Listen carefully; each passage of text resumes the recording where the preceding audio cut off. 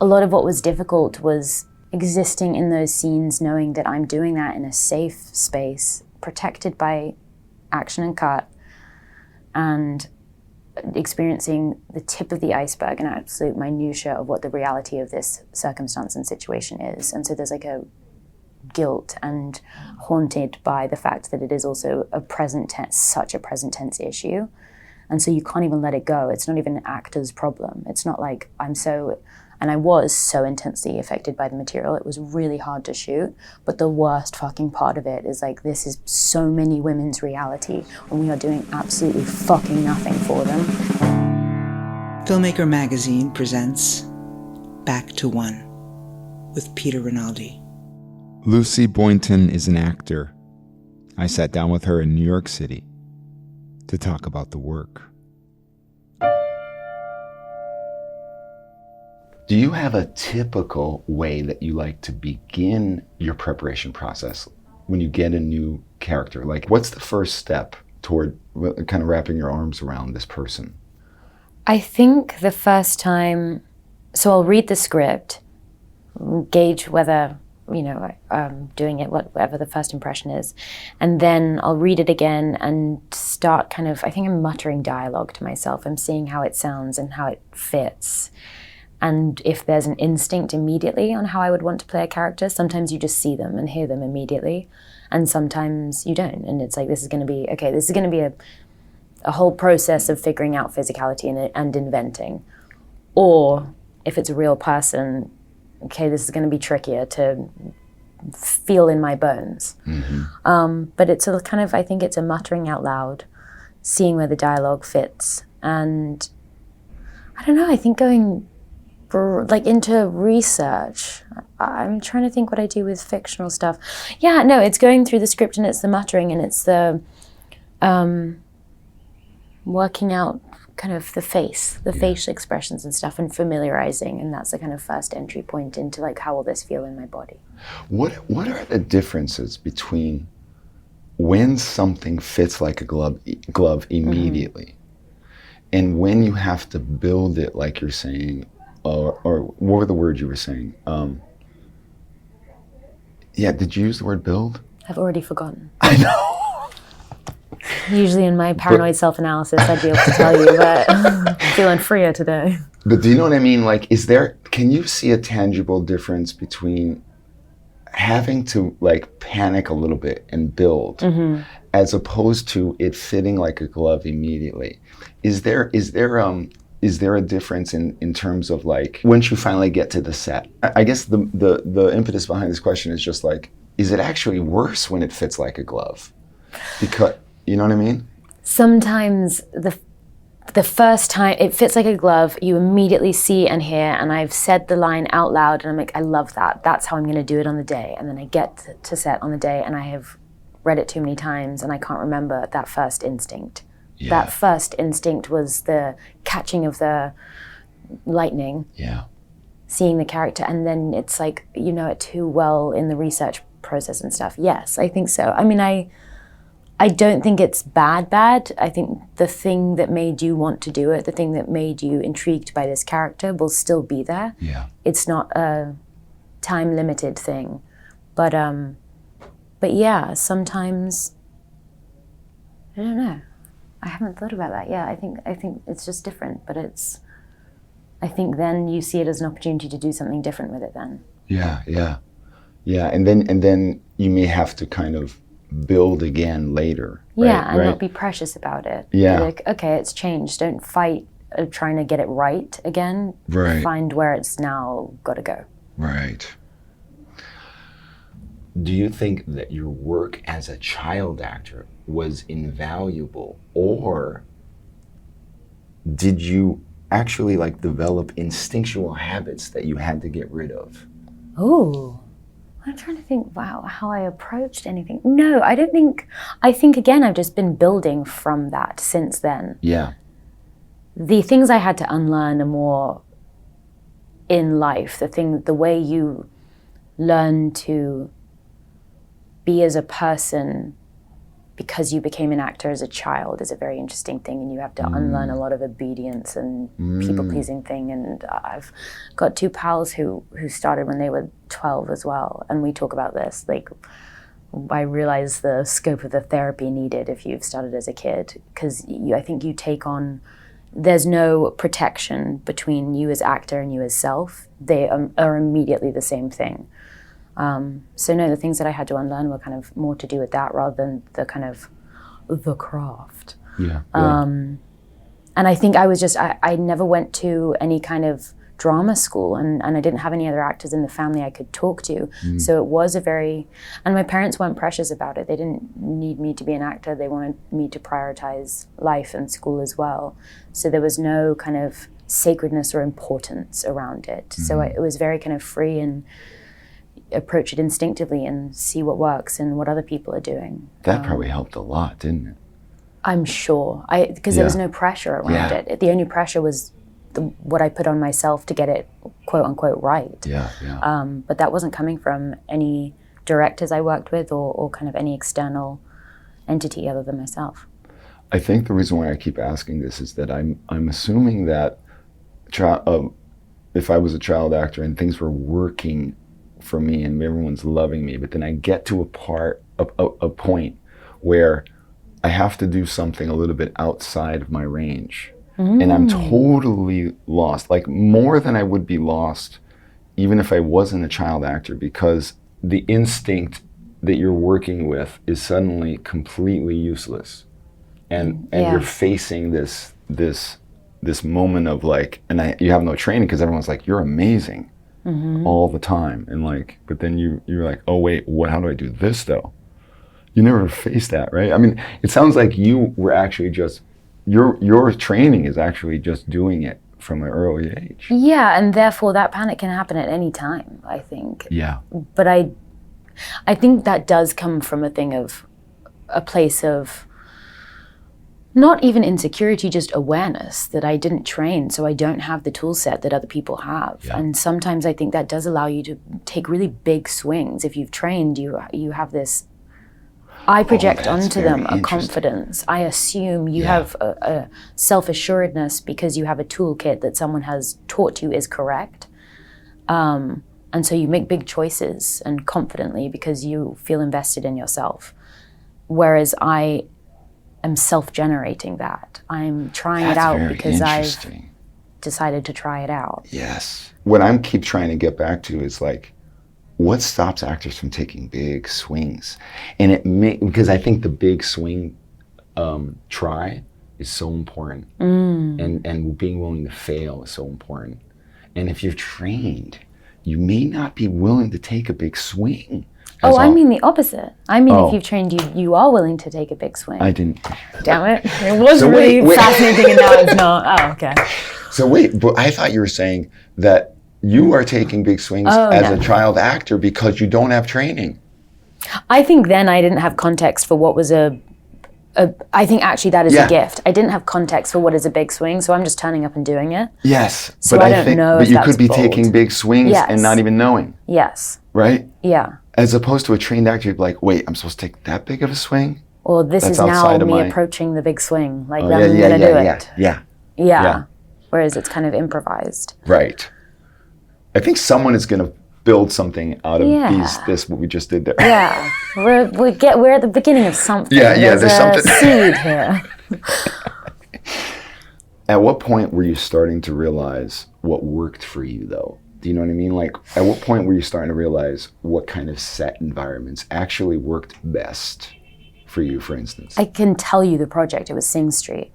It was the first time I think I had been gifted by the director total ownership of a character. I think previous to that, I didn't realize that it felt shared always. It felt our character. And especially as a child, I think you're shepherded more.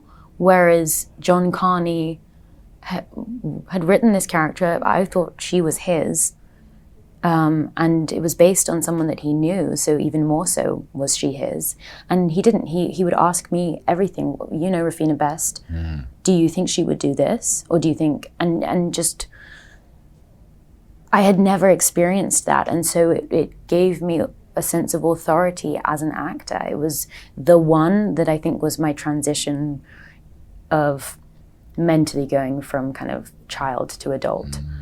I'm sure that that process happened in many other ways of the years previous, but that became the starting point of this is how I work, and really kind of taking note of all those things.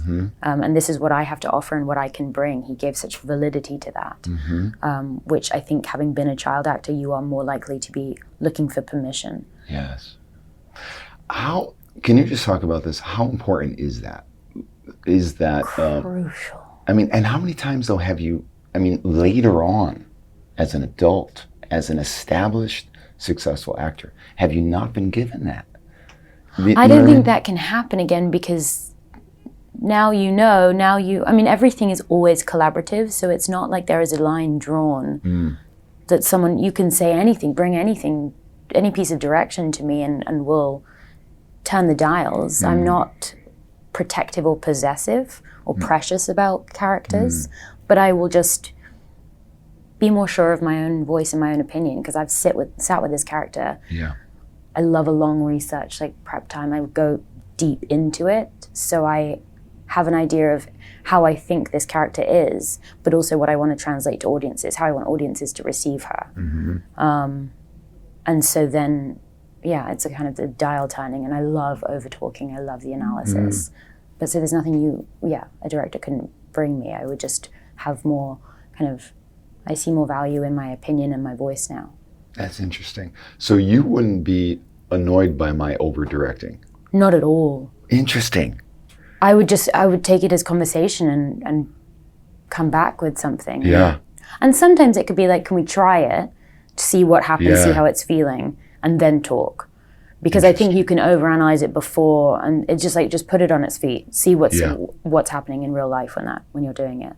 What if right before action, though, I'm like talking to you endlessly about something like that? But that's totally if that's the way you work, that's your right. Really? And then it's my responsibility to say, do you mind if we just see it, try it, and then we'll have a clearer space to start this conversation from. But that's not like for you to...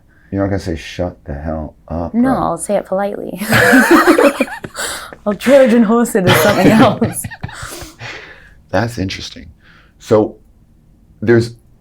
I guess I've always felt, and some people have said this, that there's a process going on, and like, I don't want that director to even talk to me right now, like even say anything. I'm in the middle of... Yeah, in the headspace. Yeah. I'm in it. Yeah. But then again, that's my responsibility to, could we just put a pin in this for a second? Yeah. I'm in it.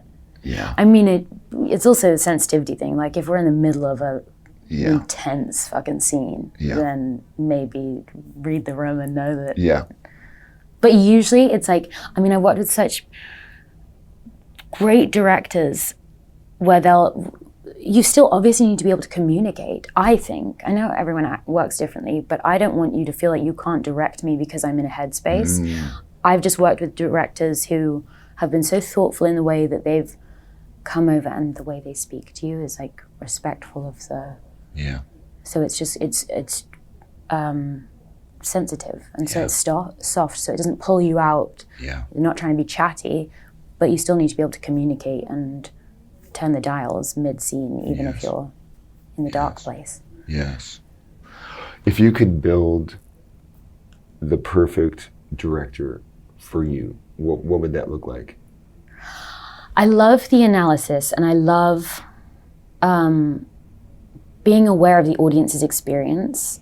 I want to play the truth. I want to play the truth of the scene and the truth of the character, but I also want to turn the dials of like,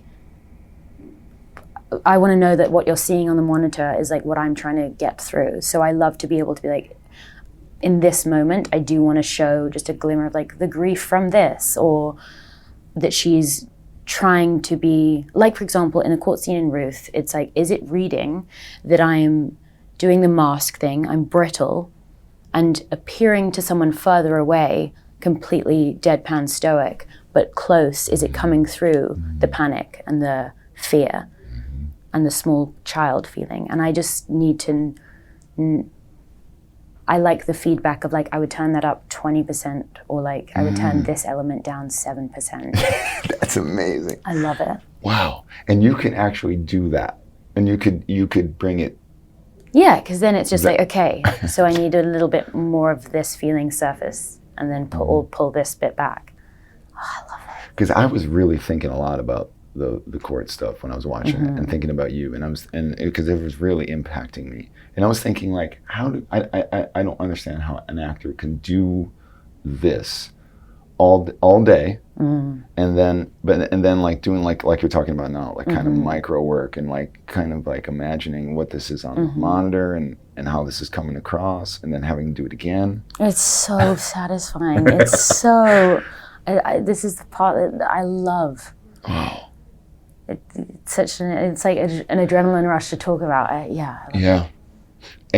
But do you ever find, has it ever happened where someone's like, it's not coming across? Like we could talk about this now in a safe place, because I can tell you for sure it was coming across. Like what you just said was there. Like that kind of work that was going on, and I'm seeing the underneath there, like succeed.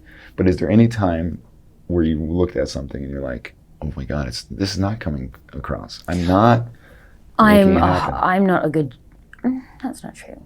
I'm a harsher judge. So it takes time.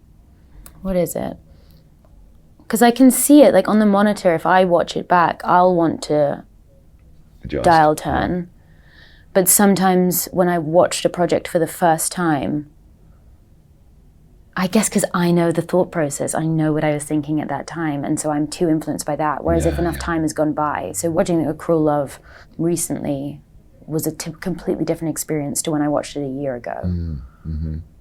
Because I'm just less attached to it. I don't remember as vividly, so I can watch it more as an audience member now. But I'm sure I look at my performances and would like another go at the dial turning, but I'm kind of good at letting it go. Yeah. Are you okay looking at yourself, like watching yourself? Yeah. I think that's the most efficient and effective way to learn. Yeah.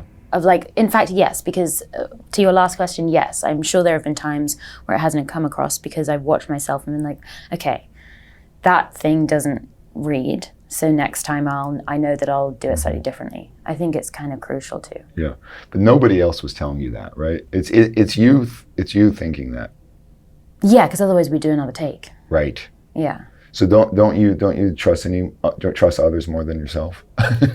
Yes, when you get, that's the privilege though of when you work with a director that you really trust. Yes. And so I trust that you'd tell me, and we would just go again. We're in it in the moment. Yes. We just go again if it's not working, because we all want the thing to be as good as it possibly can be. Yes. My thing is that like I'm probably holding it myself to a higher standard, where it's like I want perfection. Yes.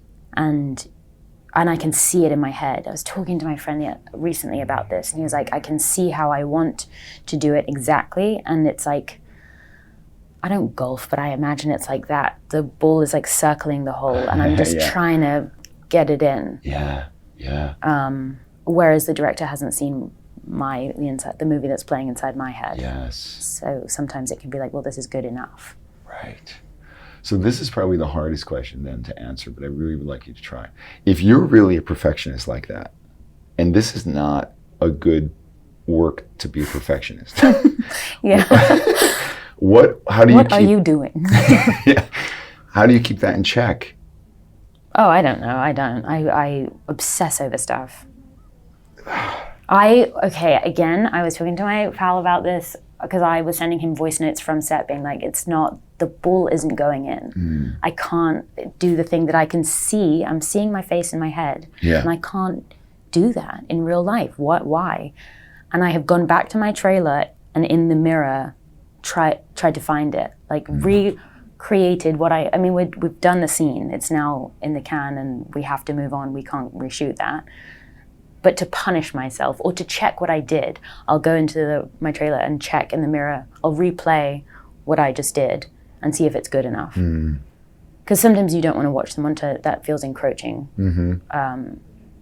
So that, yeah, that's a kind of psycho thing where I'm like, and then I'm like, yeah, no, as I thought, wasn't good enough. Cool, but now I know. Yeah. But this, so what does this do when you for yourself say that wasn't good enough and people are giving you accolades and everything? I mean, and you go back at it again. I mean, is this what makes it fun? Like, you don't beat yourself up, obviously, to the point of paralyzation. There's no point, and it's like, it's not for me. I don't make these projects for me to watch and enjoy, hopefully. And also, I rely on the fact that the audience also didn't see the movie that's playing in my head. So they weren't given other options. This is the final thing, and hopefully it's good enough. And, you know, I don't critique anyone else's performance to the degree I critique mine. So I apply that. I sit in that awareness that no one is going to be as harsh a judge of my work than me. Yeah. But also, I think it's the thing of just getting older and learning to let it go. And like you said, there's no perfection in art. So hopefully this will resonate enough with the audience and transfer the emotions that I wanted to. Yes. Enough, even if it's not how I wanted. Right.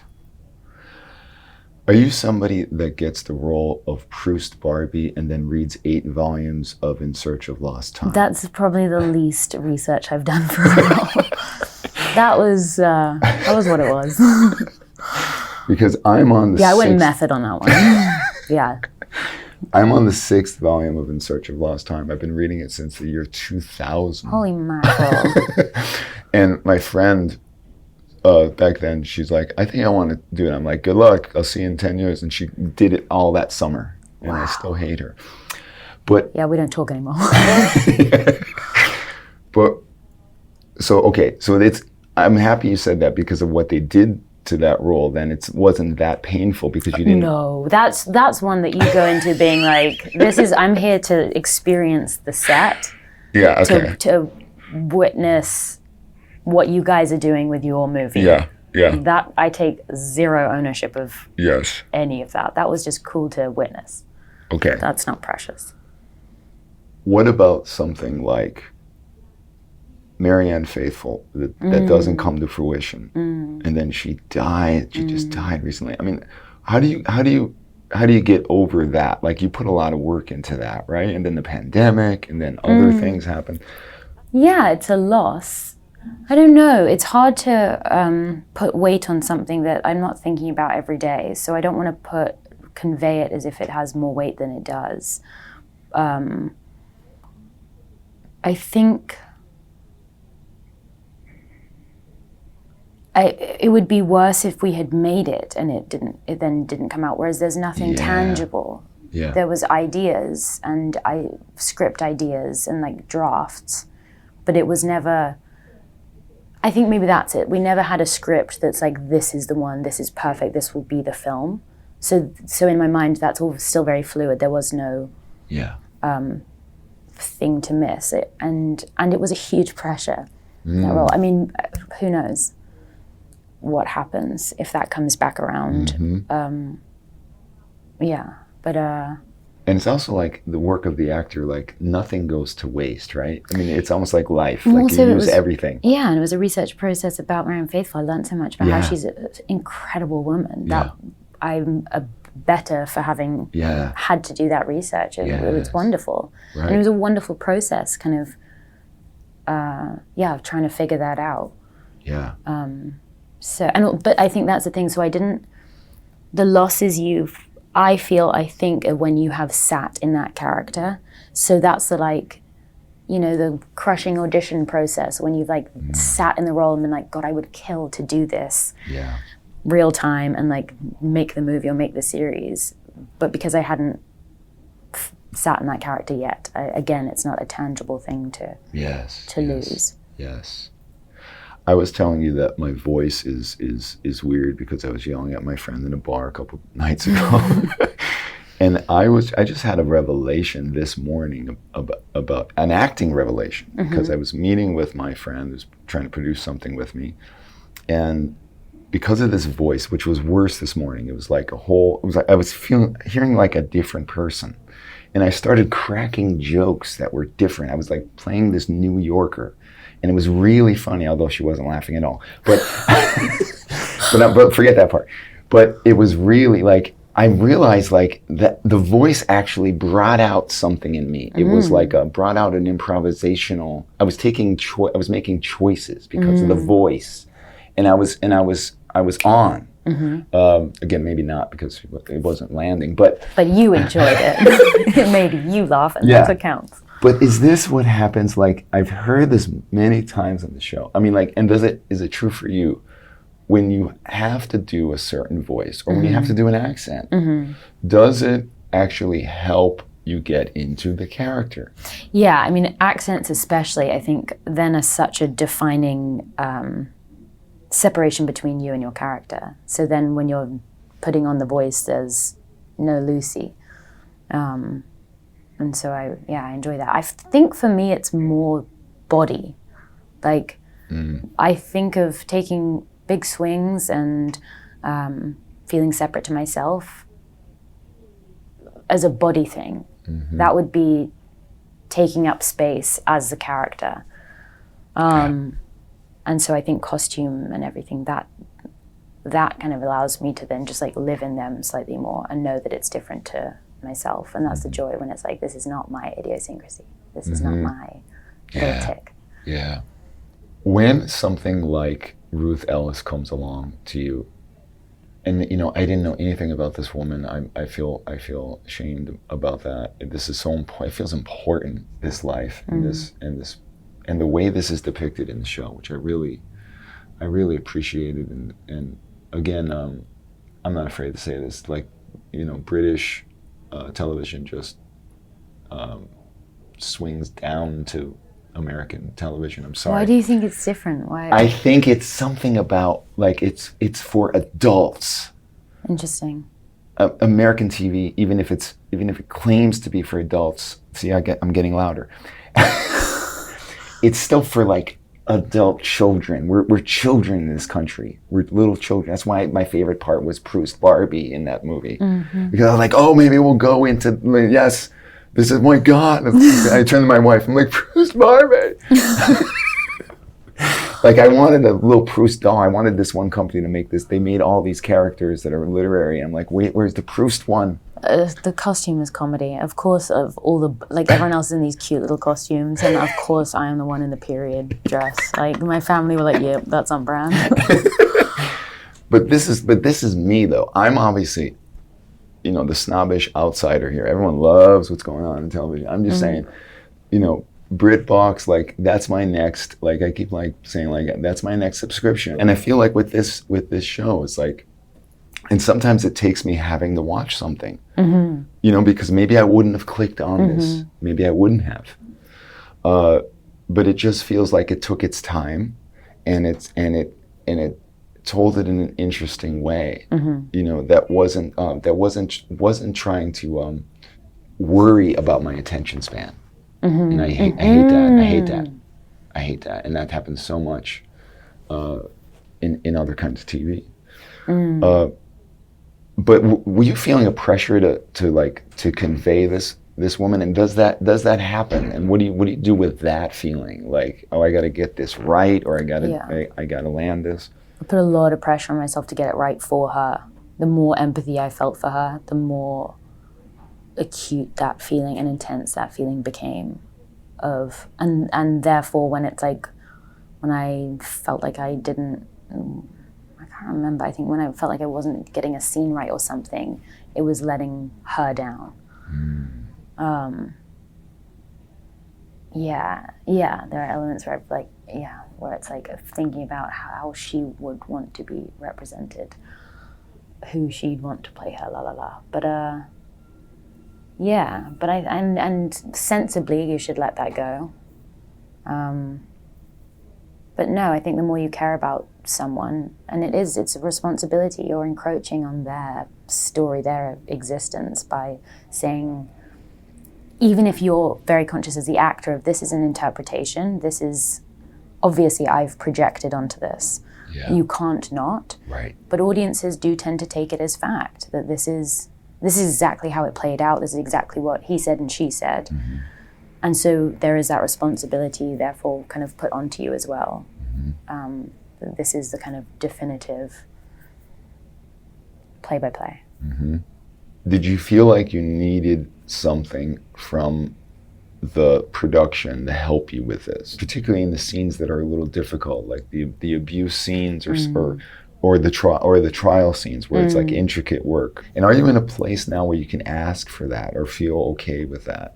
I got that through our intimacy coordinator, Sophie Cooch. She went kind of beyond her job. She picked up on like body language where I was obviously displaying trauma and I wasn't aware of it. And we would talk through a lot of this. And a lot of what was difficult was existing in those scenes, knowing that I'm doing that in a safe space, protected by action and cut, and experiencing the tip of the iceberg and absolute minutiae of what the reality of this circumstance and situation is. And so there's like a guilt and haunted by the fact that it is also a present tense, such a present tense issue.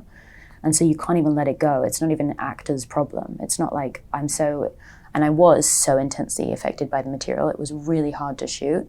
But the worst fucking part of it is like, this is so many women's reality, yes, and we are doing absolutely fucking nothing for them. And it just takes you here. And so then talking to her was also that, talking to another woman about it. And that happened across departments. We would talk about it in the makeup track in the morning, and we would talk about it in costume and all the stuff. We were all really affected by it. The scene where she has a miscarriage, it's like, you don't know what people's experience is on set. So you are all kind of unified by being, obviously very affected by the material. Do you have a hard time shaking it after it's over?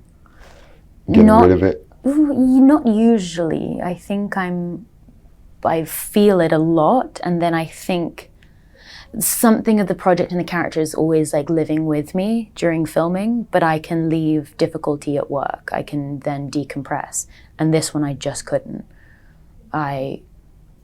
My partner was like my stability, because I was so rocked by what I just said of the reality of it. And that's why, because it was one thing to film those scenes, and that's physically really jarring and difficult, and then it's just the reality of it, of the fact of it all, and I don't know how you, and then the pressure then of like, I want everyone to feel jarred by it on set. I want everyone to feel really rocked, as deeply affected as I am by this, and that's not fair. But I want, especially the men on set, I wanted them to be disturbed by what we were filming. Yeah. And then I would carry that kind of pressure home as well, of like, we're doing something really intense here and affecting, and I'm frustrated that we're not all traumatized by it every day. But that's probably a good energy to be actually fueling you though, right? It was so hard at the time, and I keep saying it, like it took a year to stop grinding my teeth after this. But yes, I think everything that was challenging, that energy was being fed into the project and into the character. And I watch it now, and obviously I'm in such a different headspace that like, I know what she was going through. She is in myself then, and I feel so far from that now. So yes, I couldn't do that performance in this kind of calm headspace. I have to tell you that I'm in a hybrid doc fiction thing, and I've seen it a number of times, screened in like previews, and I say something in that show and it bothers me every time I see it, and then a scene in this show really highlighted it for me. And what it is that my friend is yelling at his wife for a reason that I think is valid, okay? But what I say, and it's in the show now forever, and I keep hearing it over and over, is I say to her, well, you're making him yell. This was 2018 that was filmed. And I've grown since then, right? Yeah, sorry, you're self-reflecting, and that was a really punishing response from me. I apologize. I needed that. But in this show, like toward the end, there's a moment where she talks about this, and it made me remember that because I just seen it. But this is the kind of thing, like, maybe if I hadn't already reflected on it, and I was beating myself up already, but I think even if I wasn't, this moment would have made me realize it, you know? And I think that's going to happen to men, and it's going to happen to people. And so when you hear something like that, and maybe you will hear more from people that are willing to tell you the truth, does that make you think, like, well, I need to be spending my time doing projects like this, like, if important things like this. It doesn't have to be exactly like this, but this is what's worthwhile in life. You know what I mean? This Absolutely. is what's worthwhile in my field here, what I'm doing, to actually be powerful enough to change people. Yeah, because I feel so lucky to be in this industry, because because it's the industry of empathy and accessibility to empathy. And I think with this, people know about Ruth, and I've had kind of harsh judgment of her. And this allows you to sit with her and experience what she experienced to a certain degree, to get inside her house, and that's a really weird way of putting it. And I think if you're just reading facts, and you're even documentary, if you're watching a documentary, there's a distance between you and them. There's still me judging you from my house and my experience in my context. Whereas with good cinema, with good TV, you get lost in it, and so you are living it beat for beat with them, and so there is more opportunity to empathize with someone whose experience is completely other to yours. It's the experience I get from reading as well, and this job feels like the physical manifestation of that. But you're let in on someone else's psyche, and we need that. We need more of that now, more than ever. Yes. We are so cruel to each other. We are so cruel to other people who have a different experience and a different life than us. And it's fear of wanting to control so that my life stays safe. I need to control other people attitude. And so, yes, I hope the right people watch this, and by the right people, I mean people who need to be affected by this. Because sometimes it feels like we're all in our own echo chambers. Yes. And like a lot of women know this experience, and I want men to watch this. I want men to be affected by this. That's a sweeping generalization to say all men, but I think a lot of men could really benefit from being privy to these conversations. Also because I've had such interesting conversations with journalists, and there is such a stark difference between the way women have received this project and men. And there was one guy who is so kind and well-meaning and was talking about being educated by his daughters on what it is like to live as a woman, and you live in a constant state of just trying to like keep yourself safe. And he just didn't know. He didn't know that when you walk behind a woman at night, you should cross the road and not walk behind her, so that she feels safe. And there are all these gestures that men could do to help that, because we have an epidemic of violence towards women, and we need to be proactive about doing something about that. And 97% of violence is committed by men. And the wild thing is that I think even the most well-meaning men aren't sitting in on these conversations. Yes. And I didn't realize that they didn't know. Yes. I couldn't believe that this man had daughters and didn't know the thing about the fake phone calls when you're walking, the fact that we had to wear bright colors, and like all the curfew that is inflicted or self-inflicted because you don't want to go out after dark alone in certain places. It's like you take for granted that you know what you know, and you forget that others just aren't exposed to those conversations, I guess, and therefore don't know to pursue them. Yes. To watch A Cruel Love, I think people feel protected by the fact that it's a period piece, so it's less confrontational. But we are the product of that generation. We are the product of that era. That doesn't just go away, and you have to be really proactive about unpicking that stitching, and we're not, because we don't know what to look for. We don't know how to do it if it's so already woven in. Yes, yes. What do you do when you're not working to kind of feed your inner actor, to keep that part of you fed, so that when you need to use it, it's healthy? Reading because it's that same kind of access. It's like you kind of live with those characters in the same way, so you're doing the same. I'm going to the same place mentally as I would when reading a script. I'm kind of living in it. But I don't know, I don't like keep the machine as oiled as I probably should. You feel the difference in your work when you're going from job to job than when you've had a lot of time off. Is there something that you haven't been able to show that you can do that you would really wish to come across your desk and be like, okay, finally I'm able to show this that no one has seen that I can do? I think I haven't like shown my full capability, but I don't know specifically what I'm. It's not something that I'm like, I really need to get this role to show that I'm a black belt. I'm not. Yeah, I hope to keep getting opportunities that push me to find that out as well. I didn't know I was capable of that, and I feel very confident in my capability that if I can't do it now, I would be able to do it, find it during the preparation for a role. But yeah, I definitely haven't explored my full scope or had the opportunity to yet. Yeah. Is there anything, like, how do you feel about what you're reading, meaning scripts that are coming in? Like, is there anything that you'd like to safely say here to screenwriters, like, please stop doing this, or anything that's like, or you want to complain for a second about how are scripts getting worse? Are they getting better? Are they interesting? Are they more interesting? Are they? I don't know. I think more women writers, for the love of God. The amount of scripts they're always made by men, and we're missing out on so many stories because of it. Yeah. This project was changed by the fact that a woman wrote it, because she has understanding and internal dialogue about what it is to be a woman. And so that floods into the script inadvertently, subconsciously. It'll be so informed by her own experience.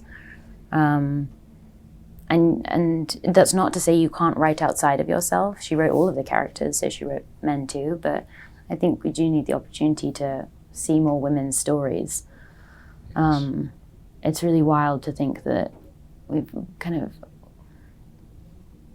I don't know, we seem to neglect, obviously we neglect women throughout history, but it's wild that we are exposed to so few heroines. Yeah. Women have had such a tremendous impact on the shaping of this planet and society, and we don't explore it enough. So more women writers would be great. Yes.